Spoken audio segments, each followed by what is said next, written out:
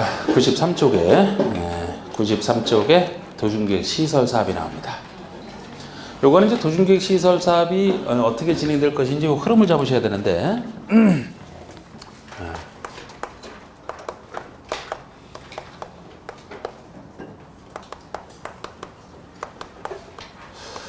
자, 제가 이 도중계획 시설 사업은 도시군계획 사업에 속하는 세 가지 사업 중에 하나였죠.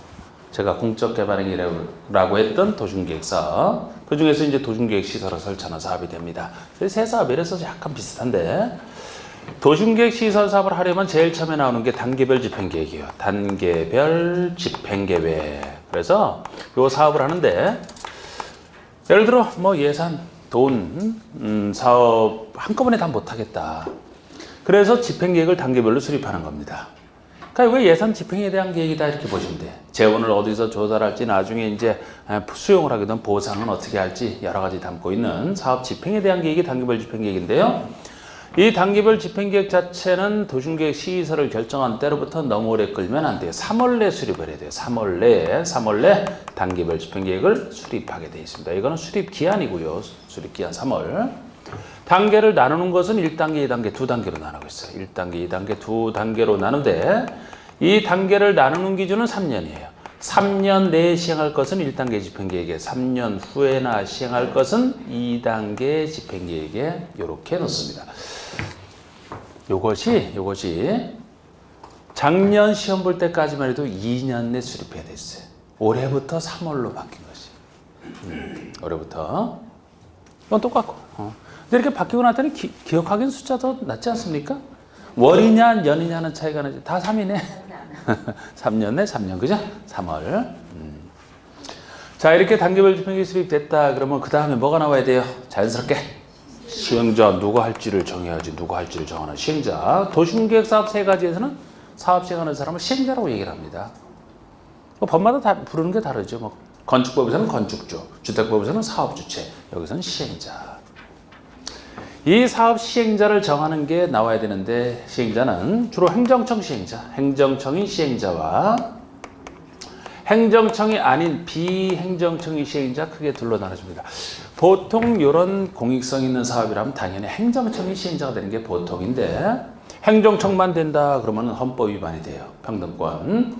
행정청이 아닌 자에게도 기회를 줘야 됩니다. 그래서 행정청과 비행정청이 나눠지는데, 행정청 중에서는 원칙이 다른 얘기 없으면 누가 할까요? 누가 할 것 같아요? 왜 특광시장군수예요? 여기에 대해서 설치하는 곳이니까. 계속 써먹잖아. 도시군이 얘기하는 게 특광시장군수니까. 특별시, 광역시, 자치시, 자치도, 시장군수가 다른 얘기 없으면 이 사람이 그냥 시행한다 보시면 돼요. 당연하지 않습니까? 여기 광명에서 뭐 상하수도를 만든다, 도로를 만든다, 이런 도중계획 시설을 한다. 누가 하겠어요? 시행자는 광명시장이 시행자가 되겠지. 물론 여기에 대해서 예외적으로 도지사나 국장이 할 수 있는 경우 있어요. 할 수 있는. 예를 들어 광역도시계획과 관련돼 있다. 근데 광역과 관련돼 있는데 그 도 밑에 있는 시군에 관련돼 있다. 그럼 이제 이 사람이 국가계획과 관련해서 사업을 할 필요가 있다. 국장이 할 수도 있어요. 국가계획 등과 관련돼 있다. 이렇게. 이 사람이 행정청이거든요. 그러면 행정청이 아닌 자가 시행자가 될 때는 함부로 아무나 돼서는 안 되기 때문에 이러한 행정청으로부터 시행자로 지정받아야 시행자가 될 수 있어요. 비행정청은. 근데 여러분, 비행정청은 행정청이 아닌 모든 자를 얘기합니다. 저희가 행정청은 국가, 광역지자체, 기초지자체. 그게 행정청 아닙니까? 나머지는 다 비행정청이에요. 그럼 행정청이 아닌 자 중에서는 민간인도 있고, 예를 들어 각종 공사 같은 공공기관, 행정청이 아닌 공공기관도 있습니다. 자, 우리 공공기관을 믿어줍니까? 여러분들을 믿어줍니까? 법에서. 공공기관. 서운하지만 공공기관을 믿어줘요. 여러분들은 안 믿어, 법에서. 어디서나 공공기관을 믿어요. 여기뿐만 아니고 공법에서는 공공기관을 그냥 믿는다 보시면 돼요. 그런 느낌도 좋고요. 공공기관 믿는다. 만약에 공공기관이 시행자로 지정돼서 나 사업 부도나서 못하겠다, 이런 문제는 생기지 않는다고 보는 거예요. 혹시 생길지도 몰라요? 생길 수도 있지 뭐 아예 안 된다는 건 어디 있습니까? 그런데 그런 경우라면 나라가 망한 경우고 그때는 법률이 작동이 안 될 거야. 그래서 공공연히 항상 믿어주고. 그래서 우리 비행정청의 시행자 중에서도 사인, 민간인, 공공기관이 아닌 자 이들 중에서도 사인은 지정받고서 일정한 요건을 갖춰야만 됩니다. 지정받고서 일정한 요건을 갖춰야만 돼요. 사인이 공공기관은 아닙니다. 아무 능력 없는 사람이 지정됐다가 이 사업 못한다 이렇게 할까봐. 그래서 이 사인의 지정 요건이 당연히 필요한 건데 못 믿으니까 대상 면적의 3분의 2 이상을 직접 소유를 하고 사람 소유자 총수 사람 수 기준에서 2분의 1 이상의 동의를 받아야 돼요. 자, 여러분들이 그러니까 도중계획 시설 사업의 시행자로 지정받고 싶다. 이 요건 갖추면 돼요. 어떻게 해볼만 합니까? 응? 어때요? 해볼만 합니까? 아니면 그냥 아예 기대하는 게 그냥 기대하는 게 힘들어요? 그 얘기는 뭡니까 이게? 헌법 문제 때문에 사인도 시행자가 될 수 있는 길을 열어놨는데 그냥 집에서 발 닦고 쉬세요 하는 얘기나 다름없지. 우리가 이해는 할 수 있지만 이 요건을 이해할 수는 있지만 이 진입장벽이 지나치게 높잖아요. 사실 그런 뜻이에요 진짜. 덤비지 말고 집에서 쉬세요 하는 얘기라고.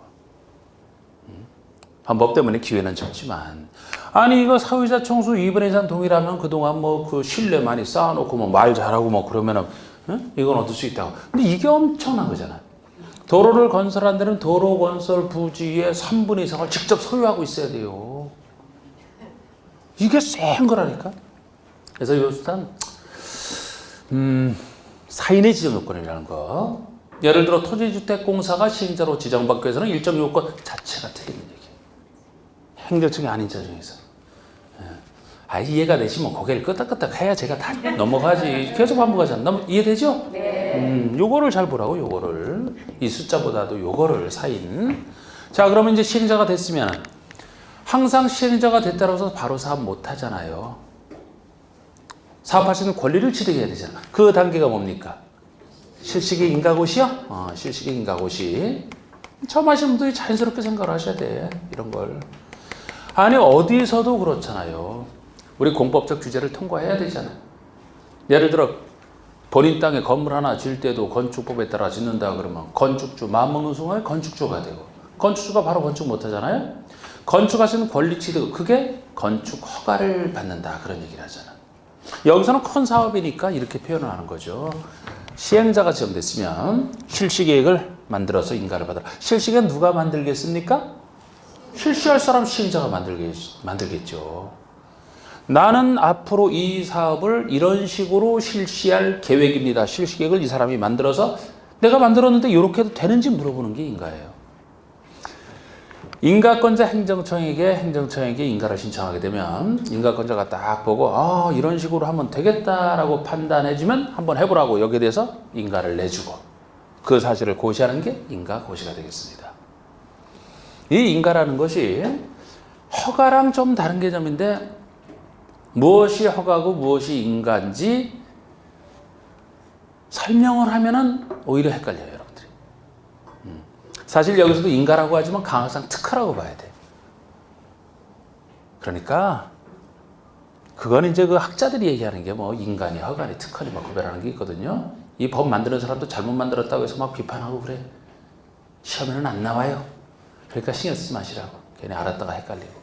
그 대신 허가보다는 좀 더 받기 어려운 게 인가다. 그런 느낌으로만. 하여튼 그래서 이제 보세요. 실식에 대해서 행정청이 인가를 내줬다라면 이 사람 입장에서는 실시계획에 대해서 행정위나 검증을 통과했으니까 실시계획대로 실시하면 되겠네 이제? 그래서 요거를 통과했을 때 사업시행권을 땄다 이렇게 얘기를 하는 겁니다. 사업할 사람이 정해주면 할 권리를 취득해야지 이걸 통해서. 권리 취득했으니까 이제 공사를 해야죠. 제가 얘기하는 공사기한 표시. 비로소 공사 시작해서 공사가 끝났다. 그럼 다 끝나고 나서 이제 이렇게 써도 되는지 여기선 준공검사라고 하죠. 준공검사를 신청해서 준공검사를 받았다. 통과했다. 그러면 이제 쓰면 되는 거예요. 완료하고 나서. 그리고 준공검사 통과했다. 그러면 이제 공사가 전체가 완료됐다는 사실을 알려주는 게 공사 완료 공고죠. 이래야지 전체 끝납니다. 이 정도 틀을 잡아두시면 되고 여기다가 이제 공사를 할 때, 시행자가 사업할 때, 이게 공공성 있는 사업이라 시행자에게 이 사업 잘하라고 시행자에게 인정하는 보호조치가 있어요. 시행자가 누릴 수 있는 권리가 있단 말이에요. 그걸 보호조치라고 하는데, 지금 할 단계는 아닌데, 그 중에서 제가 수용 사용권에 대해서만 언급하고 지나갈 겁니다. 요거를 바탕으로 해서. 자, 보세요.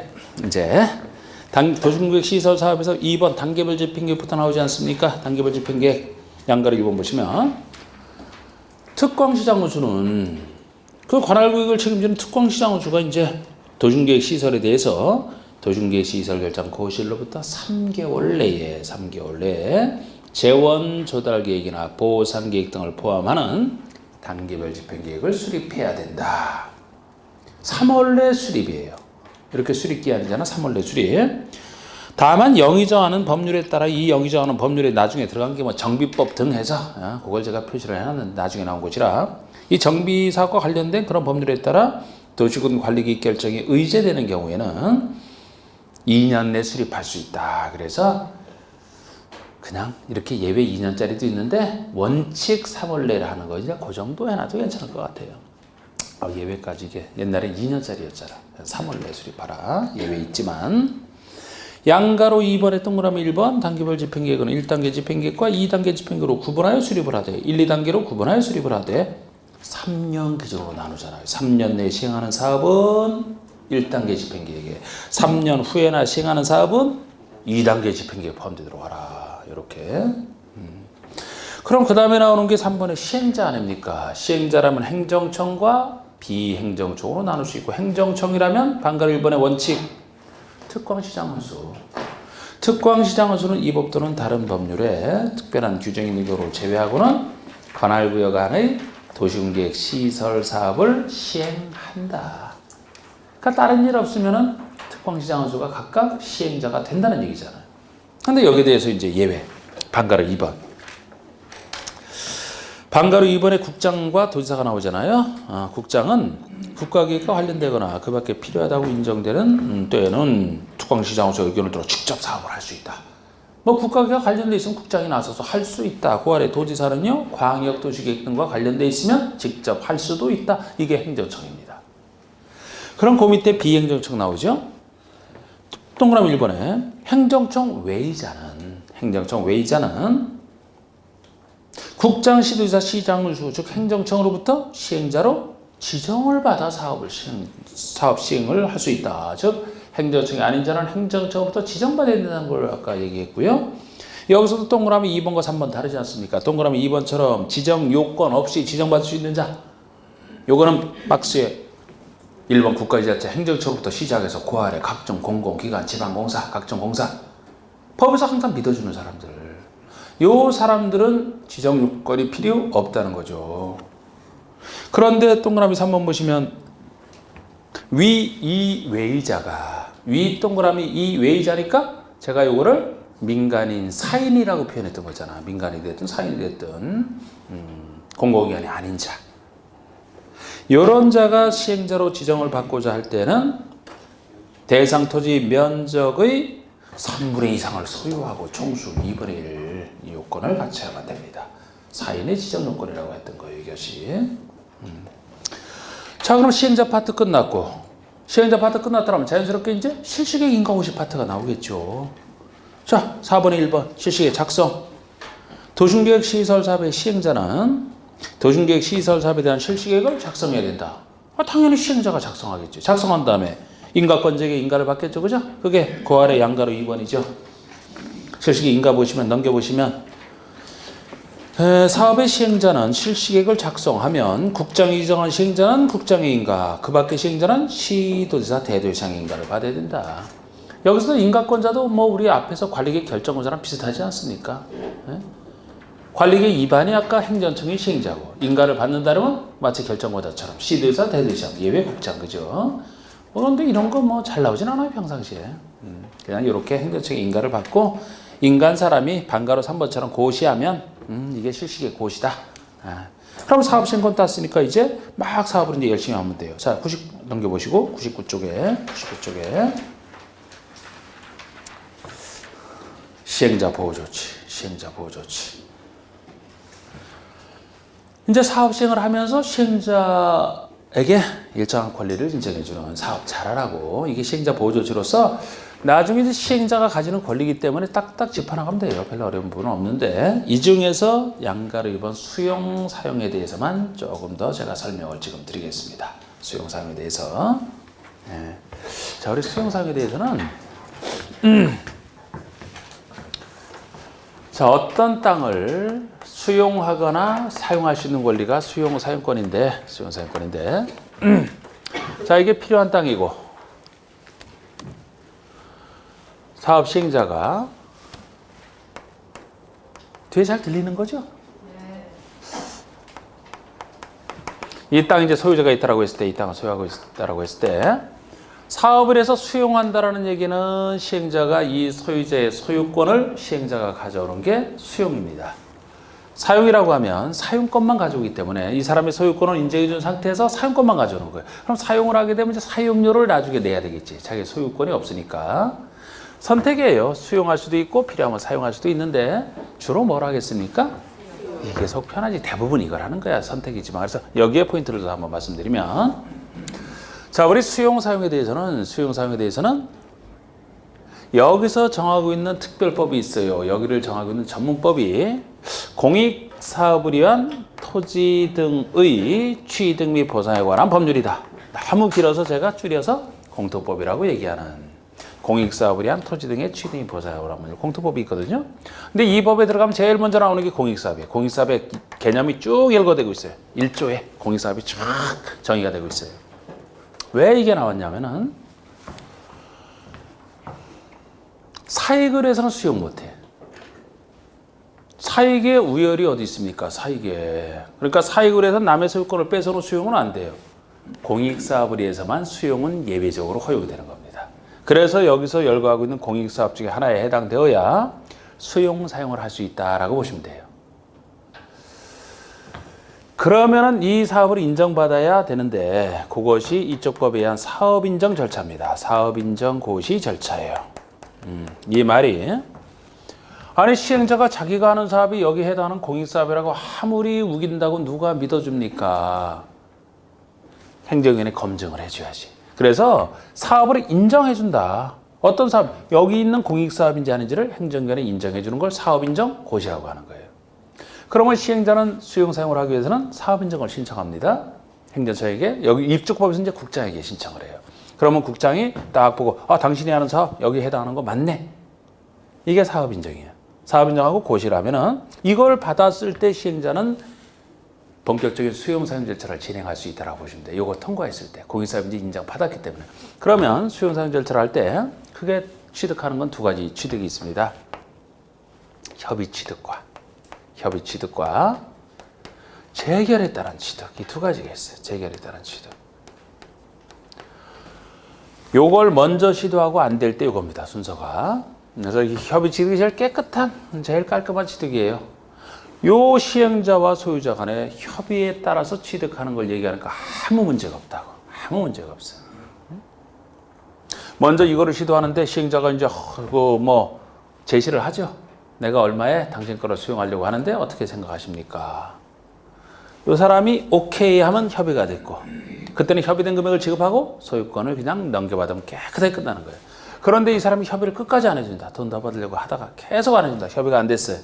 그러면 재결에 따른 취득을 받게 돼 있는데 협의가 안 됐을 때 이 재결이라는 것이 이 공토법에는 지방별로 토지수용위원회가 설치가 돼 있는데 토지수용위원회의 결정을 여기서는 재결이라고 해요. 근데 오늘 여러분들 왜 이렇게 표정이 엄숙하십니까? 오늘 아주 엄숙해 그냥. 저번 주랑 완전히 다르게. 제가 설명을 하면서 여러분들 표정 보니까 속으로 좀 웃긴 것 같아서 뭐는 그렇게 경건하게 듣고 있어요. 좀 딱딱한가 오늘 거야 오늘 것이? 자, 재결이 토지수용위원회 결정을 재결이라고 하는데 재결을 신청하게 되면 토지, 자, 일단 재결 신청은요, 사업인정 고시를 받고 나서 너무 오래 끌면 재결 신청 자체가 안 돼. 사업인정 받고 나서 1년 내에 신청하게 됐어요. 1년 지나면 신청 자체를 못 합니다. 이게 재결 신청 기한이에요. 자, 신청했다 칩시다. 그럼 토지 수용인에서 당사자에게 다 들어보고 나름대로 조사해서 얼마에 수용하면 되겠다라고 결정을 내주겠죠. 그럼 재결 문서 이제 정본을 재결하고 나서는 상대방에게 보냅니다. 당사자에게. 근데 소유자가 받아보고 나니까 마음에 안 들어. 이 재결 금액도 마음에 안 들어. 그러면 소송 제기하면 돼요. 항상 그 재판 청구권은 헌법에서 보장되고 있는 제도 아닙니까? 여기 마음에 안 들면 소송 제기하면 돼. 그럼 소송 결과에 따라서 이제 달라지는 거예요. 이건 아무것도 아니고. 여러분들은 소송 제기할 것 같아요? 안 할 것 같아요? 할 수는 있어요. 보통 할까요? 안 할까? 혹시 패소할까봐? 패소할까봐? 어? 귀찮아서? 귀찮아서. 하여튼 뭐 귀찮든 패소할 거. 공익사업이라는 것이라 사실 좋은 결과 받기가 좀 어려워요.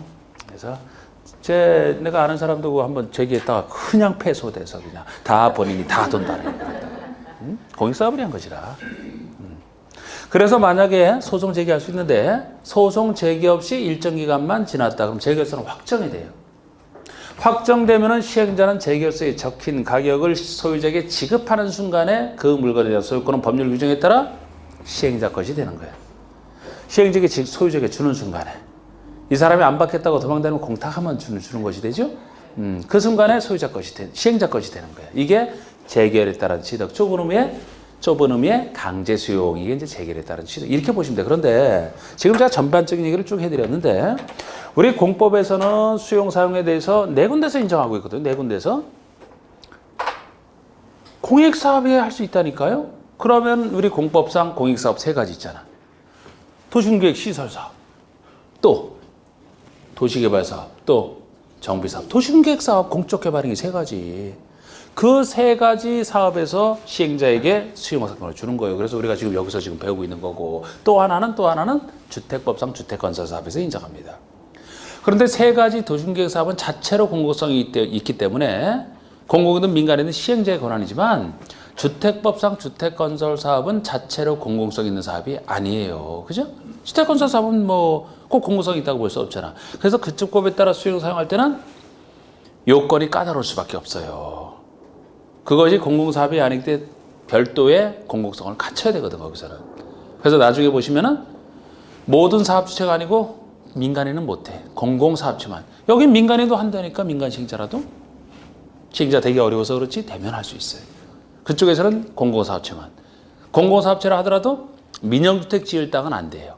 예를 들어 국민주택 건설용지를 취득할 때만 자체적으로 공공성을 따로 취득을 해야 된다고. 그래서 네 군데서 인정하는데 네 군데서 인정하는 건 나중에 상세하게 비교해서 정확히 알아야 되겠지만 지금 전체적으로 말씀드리는 거예요. 네 군데 다 두 가지 특례가 있어요. 두 가지 특례가. 그것이 여기에 대한 특례랑 여기에 대한 특례 이 두 가지라고.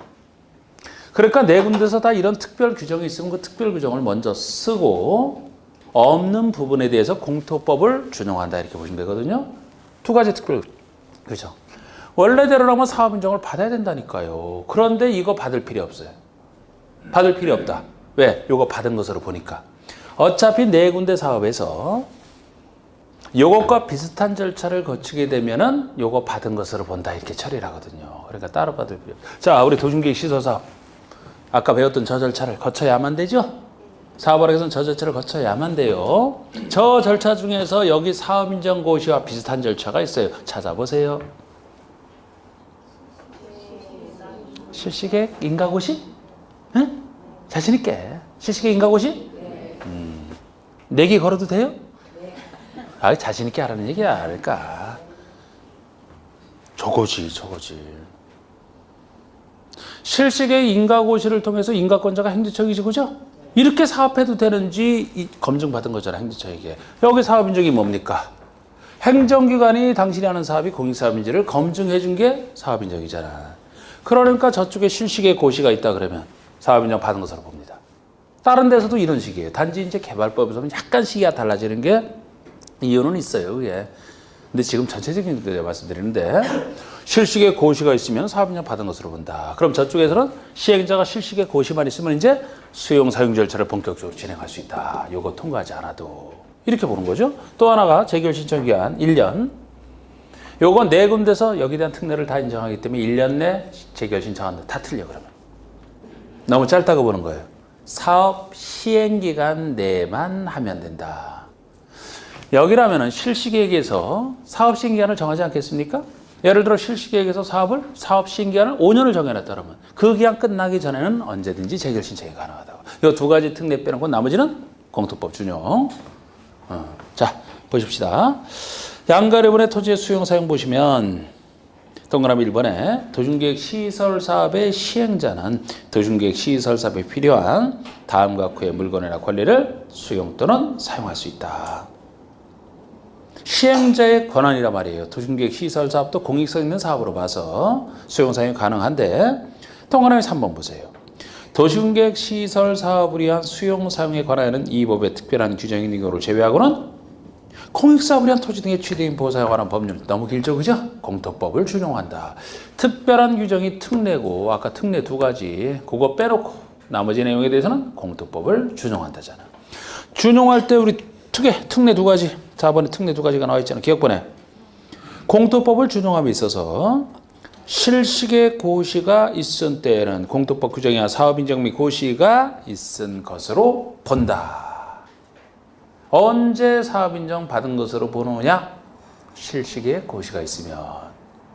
이제 이것이 다른 법에서도 이름이 약간씩 달라질 뿐이지 원리가 똑같다는 거예요. 나중에 개발법만 좀 특이하고 네 군데 중에서 나중에는 이제 이런 것도 그 차이점도 정확히 이제 같은 점 차이점을 알아야죠. 나중에는. 자, 네 번의 재결 신청기간. 재결 신청은 공토법 규정에 불구하고 공토법에서는 가로 속에 1년 내 신청하라. 그 규정이 있는데 거기에 불구하고 안 쓰고 실시계획에서 정한 도중계획 시설사업의 시행기간 이내에 해야 된다. 사업 시행기간 내에만 재결 신청하면 된다. 이것이 이제 두 가지 특례예요. 이런 식의 구조로 생각을 하시면 됩니다. 자, 그럼 사업이 잘 끝났어요. 그러면 내문안 6번에 이제 공사완료 나오지 않습니까? 공사완료 하게 되면은 양가로 1번에 준공검사, 양가로 2번에 공사완료 공고. 자, 공사를 완료했으면 준공검사를 신청하면 준공검사를 통과했다 그러면 양가로 2번에 공사완료 공고하고. 이건 끝나고 하는 절차지. 제목만 봐도 됩니다. 됐어요. 그러면 도중계획 사업 끝났고 이제 기반설 파트에서 제일 중요한 부분과 둘째 중요한 부분까지 봤습니다. 그러면 이제 103쪽에 지구도하는 게 여러분 음식 맛있는 게 좋아요? 맛있는데 영양가는 별로야. 그런데 맛이 없는데 영양가는 엄청 좋아. 맛있는 게 좋아요? 제가 저번 주에 여기서 저녁을 먹을 때 지금 어느 상호를 직접 얘기하면 안 되는데 저 간단하게 제가 쫙 보고서 저녁 먹을 때 약간 부담이 되거든요. 점심을 늦게 먹다 보니까. 근데 안 먹으면 허기져서 못해. 그래갖고 저녁을 간단하게 먹는데 탁 보니까 떡만두국 하는 게 탁 보여갖고 얼른 들어갔죠. 떡만두 먹으러. 그래갖고 얼른 시켰어. 떡만두국을. 탁 시키고 나서 아무도 없어. 저 혼자였어요. 뭐 작은 집이었는데 혼자 들어가서 딱 시켰는데 시키고 나서 이제 싹 식당을 한번 둘러봤어요. 그랬더니만 그 주인이 손수 이렇게 아주 멋있게 썼어. 멋있게 써갖고 자기 이제 식당을 광고하는 거를. 4가지가 붙어 있더라고. 근데 첫 번째 1번이 본업소에서는 MSG를 절대 사용하지 않습니다. 깜짝 놀랐어요. 3번째는 만두 속을 직접 그거 괜찮아. 만두 속을 직접 만들기 좋지. 그래서 MSG를 사용하지 않는다고 크게 1번에 적어놨던데 아이고 내가 실수한 거 아닌가 이거. 아마 불안해지더라고요. 그래서 기다리는데 나중에 만두국이 나왔어요. 국물을 떠보면 봤어. 아무 맛도 아니야. 그냥 만두만 한 3개 들어있는 거 건져 먹고 만두만 건져 먹고 떡 많았는데 여러분 떡은 진짜 국물이 있어야 떡국에서 국물이 맛있어야 되거든. 아무 맛도 아니더라니까. 떡을 먹다 조금 먹고 그냥 남겨놓고 만두만 싹 건져 먹고 나왔는데 그러면서 그날 교훈을 진짜 뭐든지 신중하게 선택을 해야지. 다 살펴보고 선택을 해야지. 내가 MS 쓰는 거 그렇게 좋아하는 사람이 말이야. 갑자기 그걸 안 보고서 시켜가지고. 응? 참 MSG 그 예찬론자가 아니나 다를까. 그래서 난 그 집에 가서 와이프한테 그 얘기를 했더니 와이프가 엄청 고소하다고 막 웃던데. 응? 참, 아니 그게 광고 용구로 어떻게 그걸 생각했는지 몰라요. 아니 그냥 분식집 같은 거예요. 분식집 같은 작은 식당. 아니 거기 누가 몸 건강 생각해서 몸 보신하려고 들어갑니까? 그런 곳에? 그냥 간단하게 음식을 통해서 스트레스도 좀 풀고 하려고 들어가는 거라고. 근데 MSG를 안 쓰면 어쩌자는 건데. 나는 그런 데 가서 전문적인 김치찌개 집보다도 오히려 저 분식집 같은 데서 김치찌개를 시켜 먹는 게 그 풍부한 MSG의 맛이. 그게 이 맛이 하면서 우리 친구랑 같이 먹는데 항상.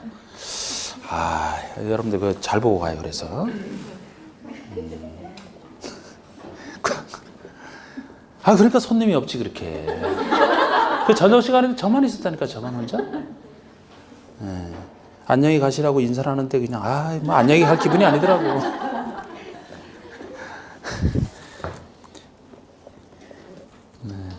지고 다니게 봅시다.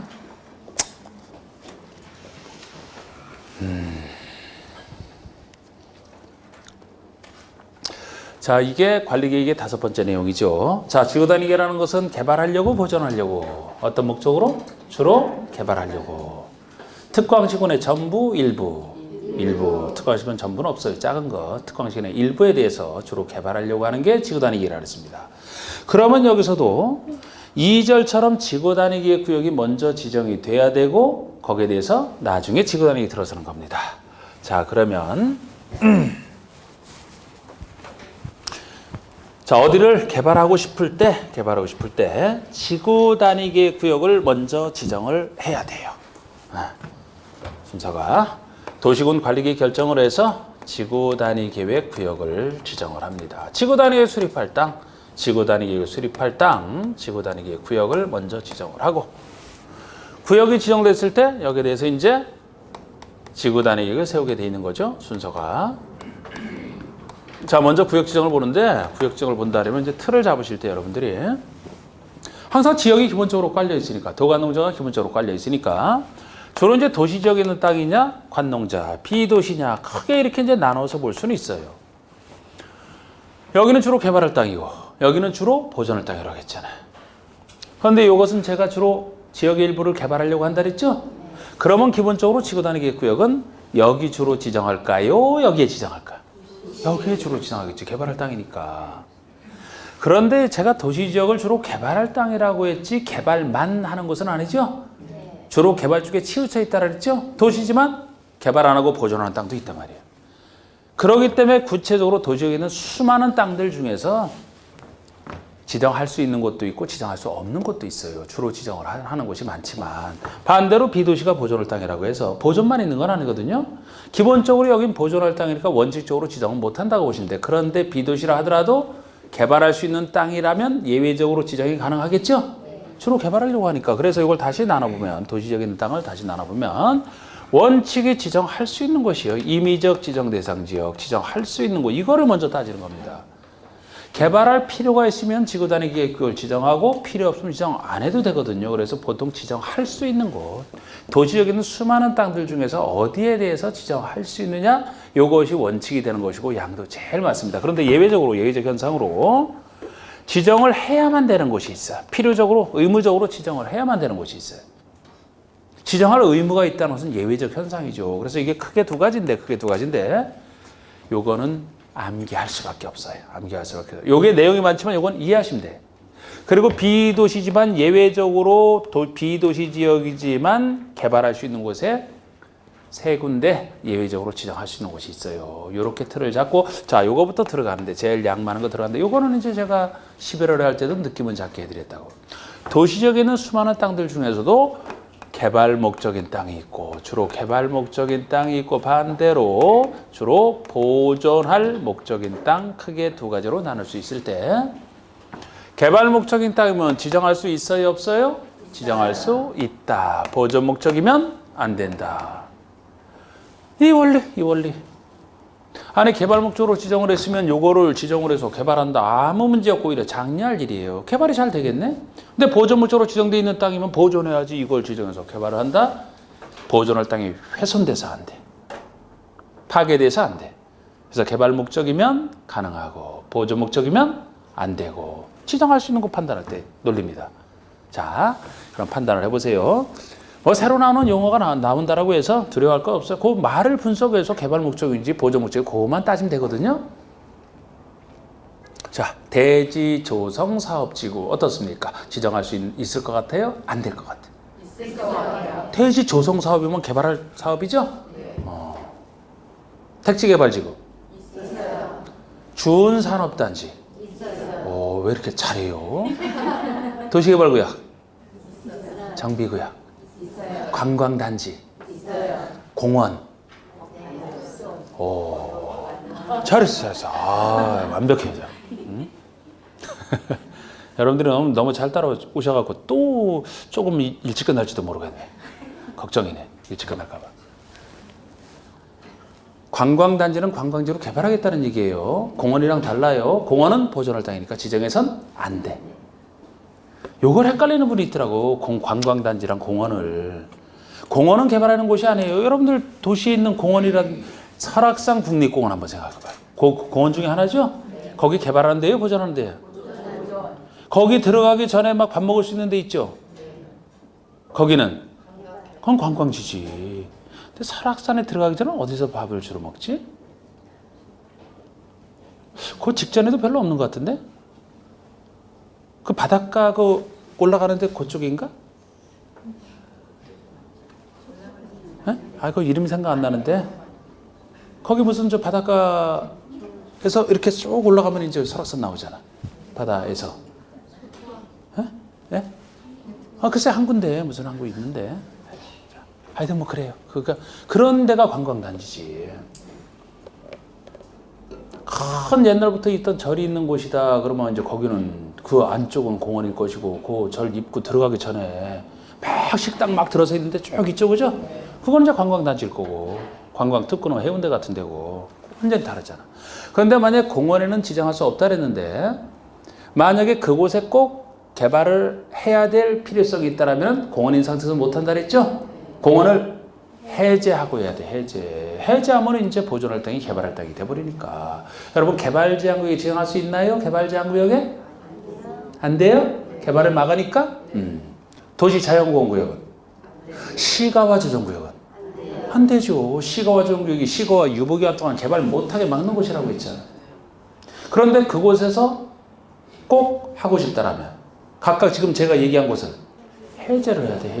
해제가 된다는 얘기가 들어가야만 지정할 수 있는 곳이 됩니다. 자, 녹지지역에 지정할 수 있나요? 안 돼? 그러면 녹지지역을 만약에 지정하고 싶으면 녹지지역을 개발할 땅으로 바꿔놓으면 되겠는데 지역 변경을 통해서요. 녹지지역을 어느 지역으로 바꿔놓으면 되겠습니까? 주상공? 주상공. 지역은 계속 써먹는다 그랬잖아. 도관농자, 도시지역의 주상공로. 그러니까 녹지를 보존할 땅을 주상공, 개발할 땅 중에 하나로 바꿔놓으면 되겠죠? 농림지역에 지정할 수. 농림지역. 보통 없죠. 다른 이유에서. 농림지역 비도시잖아. 도시적으로 편입이 되면. 그 얘기예요. 그 얘기. 자, 일단 지정할 수 있는 것부터 봅시다. 자, 2절에 1번 도시지역을 전제로 해서 양가로 1번에 지정할 수 있는 곳이에요. 국장, 시도지사, 시장에서 관리계획 결정권자는 다음에 해당하는 지역의 전부나 일부에 대해서 지구단위계 구역을 지정할 수 있는 곳으로 잘 구별하셔야 돼요. 우리 지구단위계 구역 문제 풀 때는 지정할 수 있는 곳을 묻는지 지정하여야 하는 곳을 묻는지를 잘 구별해서 보셔야 돼요. 지금 지정할 수 있는 임의적 지정 대상 지역을 얘기하고 있고 이곳의 전부라는 말 때문에 헷갈리면 돼. 이곳의 전부 가능합니다. 제가 우리 지구단위계획이 특광시군의 전부는 안 된다 했던 것은 특광시군의 전부가 안 된다는 것이지 여기에 지정된 수많은 땅들은 다 특광시군의 일부에 지정된 거라고 이게. 그러니까 이곳의 전부는 상관없는 거예요. 어쨌든 지정할 수 있는 곳이 용도지구. 도시지역에는 용도지구라면 도시지역 특성상 다 된다는 거예요. 나중에 비도시에서는 지구 하나만 되거든요. 여긴 모든 용도지구 다 돼. 도시지구를 전제로 해서 2번에 도시개발구역 개발할 땅, 3번에 정비구역 개발할 땅, 그 아래 택지 개발할 땅이잖아. 그 아래 대지 조성 사업이라는 개발할 사업이 있잖아. 산업단지가 되든 준산업단지가 되든 엄청난 공장으로 개발할 땅이고 관광단지와 관광특구, 관광지로 개발할 땅이고 주로 8번을 바꿔내는 걸 주의하시고 8번은 개발제한구역 이렇게만 나오면 안 돼요. 안 돼. 도시 자연공원구역 개발정화 비슷한 곳이잖아. 시가와정구역 개발 막는 곳이에요. 공원 이렇게만 나오면 이것은 지정할 수 없는 곳인데 이곳에서 해제되는 구역이라는 말이 붙었을 때 가능하다. 해제. 잘 보시고 또 녹지는 보존할 땅이 안 돼요. 근데 녹지 지역에서 주상공으로 변경되는 구역 개발화되니까 또 새로이 도시로 편입되는 구역 중 계획적 개발 권리가 필요하다. 새로이 도시로 편입된다는 얘기는 과거는 비도시였다가 도시지역으로 새로 편입된다는 얘기죠. 요거 잘 보시고 기타도 많은데 우리 기타에서 뭐 0이 정하는 것은 내가 아예 빼버렸지. 그냥 9번에 0으로 정하는 거 이런 것들. 너무 많은 걸 어떻게 다 하겠어요. 그 논리로 잘 보시되 10번에 보시면 도시지역 내 유효토지를 자 우리 도시지역 내 유효토지라는 게 아까 다른 것들은 다 그 목적으로 개발하겠다 이런 쪽이었는데 유효토지는 그냥 놀고 있는 땅이 유효토지예요. 그러다 보니까 유효토지를 새로 개발하려고 하면 지정할 수는 있는데 요거는 면적 요건이 필요하다는 거예요. 자체적으로 따로 지정된 게 없기 때문에 유효토지라면 이런 면적 조건이 없으면 아주 조그만 땅도 뭐 소꿉놀이 하듯이 할 수는 없으니까. 그런데 요 유효토지가 5,000제곱미터 이상으로서 조례로 정하는 면적 이상해야 된다. 요 말이 붙어 있는데 작년까지만 해도 유효토지가 1만 제곱미터 이상해야 된다고. 그러니까 지금은 지구단위 기호 지정할 곳을 좀 더 확대한 거예요. 유효토지를 개발하겠다면 최소 5,000 이상이면 된다는 얘기잖아. 지금 5,000제곱미터. 작년에도 이걸 물었던 건 아니지만 좀 세세한 부분이라. 근데 도시지역에서 숫자 나오는 건 요거밖에 없어서. 그래서 이런 유효토지를 효율적으로 개발하거나 교정, 군사시설 등을 이전 재배치하여 토지공 합리화, 기능 증진 뭐 이렇게 개발하겠다는 곳 유효토지를 개발할 때 얘기입니다. 그 다음에 양가로 2번 지구단위 계획구역을 지정해야 되는 곳을 보세요. 지정해야 되는 곳. 자, 국장 등은 다음에 어느 하나에 해당하는 지역은 지구 단위 구역으로 지정하여야 한다잖아. 지정하여야 한다. 의무적으로 지정해야 되는 곳이 이거는 어쩔 수 없이 두음자를 따야만 돼. 이건 두음자 안 따고서는 할 수가 없어. 이거는 이해시킬 수 있는 부분이 아니기 때문에. 근데 두음자를 따면 이제 멋있게 따야죠. 방금 1번에 정비구역 정비 체크하시고 택지개발지구에서 택지 체크하시고 이 두 군데서 시행되는 사업이 끝난 후 10년이 경과된 지역 10년 체크하시고. 자 여러분 그러니까 이게 지금 아까 우리 지구단위구를 지정할 수 있는 수많은 땅들 중에서도 이 두 땅만 정비구역과 택지개발지구 예를 들어 정비구역에 나와 있어도 도시개발구역은 안 나와 있잖아. 이런 곳으로서 사업이 끝난 후 10년이 지나면은 꼭 지정해야 된다니까. 다른 곳은 다 빠져 있고요. 다른 곳에서는 사업 끝난 후 100년이 지나도 꼭 해야 된다는 얘기 없거든요. 이 두 군데서 시행되는 사업이 끝난 후 10년이 지나면 꼭 지정해야 된다니까 외울 수밖에 없잖아. 그래서 지금 두 번째 단계 정비 택지 10년 이렇게 돼 있죠? 그 말은 그 말 가지고는 말이 안 되니까 택지를 택시로 읽을 거예요 이제. 그럼 택시 정비 10년 이렇게 되잖아. 택시 정비 10년. 자 운행한 지 택시를 운행하면서 정비를 10년이 되도록 한 번도 안 받으면 위험해서 타겠냐고. 그러니까 택시 정비는 10년이 되면 꼭 정비 받아야 된다. 의무 받아야만 된다. 이렇게 항상 두음자는 따놓고 외워놔도 제일 문제가 그 어디에 쓰는지 잘못 붙이면은 안 해온 것만 못하다니까 이게. 그래서 지금 제가 해야 된다를 하잖아요. 해야 된다. 할 수 있다가 아니고. 그래서 택시 정비는 위험하니까 꼭 해야 된다 이렇게 넣은 거야. 그냥 택시 정비는 10년마다 꼭 해야 된다. 의무 지정해야 되는 걸로 기억하시라고. 그렇다죠? 택시를 택지로 읽은 거예요. 나중에 와서 택시 없다고 막 그러지 말고 택지 개발지 두 군데. 자, 또 하나는 이번에 체계적 계획적 개발 권리가 필요한 지역으로서 그 면적이 30만 이상인 다음에 지역 30만 체크하시고. 그러니까 동그라미 1, 2, 3번 셋 중에 하나로서 30만 이상을 갖춰야 되는데 동그라미 3번은 사실 도시군계획 조례로 정하는 곳이라고 해서 조례로 30만 이상을 정해놓으면은 지정해야 되는 곳이 하나 추가됐어요. 올해부터 추가됐지만 조례로 하는 것까지는 시험에 나오긴 뭐예요. 그래서 동그라미 1, 2번 둘 중에 하나로서 30만 이상 보시면 되는데 동그라미 1번이 시가와 조정구역 또는 공원에서 해제되는 지역이잖아. 시, 공, 해제 이렇게 체크를 해보세요. 시, 공, 해제. 다른 곳에서 뭐 개발지역에서 해제 없잖아 여기에. 외수밖에 없어요. 그리고 2번이 녹지 지역에서 주상공으로 변경된다. 녹지, 주, 상, 공, 변경. 녹지, 주, 상, 공, 변경. 아까 제가 택시 정비는 10년마다 꼭 해야 된다 이런 식으로 강조를 했는데 여기는 슈퍼맨이 등장해서 여러분들에게 돈을 꼭 벌어줘야만 된다. 여러분들에게 슈퍼맨이 등장해서 꼭 돈을 의무적으로 벌어주고 가라 이 얘기예요. 그렇게 딴 거예요 제가. 슈퍼맨이 어디 있느냐? 1번입니다. 시공에서 해제. 연상이 돼요? 슈퍼맨 등장으로? 시공 해제. 뭔 소린가 하는 분들이 대부분이지. 여러분 슈퍼맨이 초인이잖아. 초인. 보통 사람을 뛰어넘는 게 슈퍼 초인. 여러분들이나 저는 시간과 공간의 제약 속에서 살고 있죠. 시공의 제약 속에서 살고 있어. 슈퍼맨은 뛰어넘었으니까 시공에서 해제됐다. 시공의 제약에서 해제됐다. 그래서 슈퍼맨 등장으로 생각하십니다. 시공에서 해제돼서 시간적 제약 안 받죠 슈퍼맨이. 그러니까 우리 어릴 때 봤던 슈퍼맨 얼굴이 지금도 똑같아요. 슈퍼맨 얼굴 있잖아. 막 이렇게 수염 나고 막 이렇게 검버섯 나고 그렇던가. 시간의 제약에서 벗어났어요. 공간 막 날아다니죠. 난 궁금한 게 빨간색 망토를 입었을 때만 날아다니는지 다른 색깔도 가능한지 모르겠는데. 공간적 제약에서 시공에서 해제돼서 슈퍼맨 등장했어요.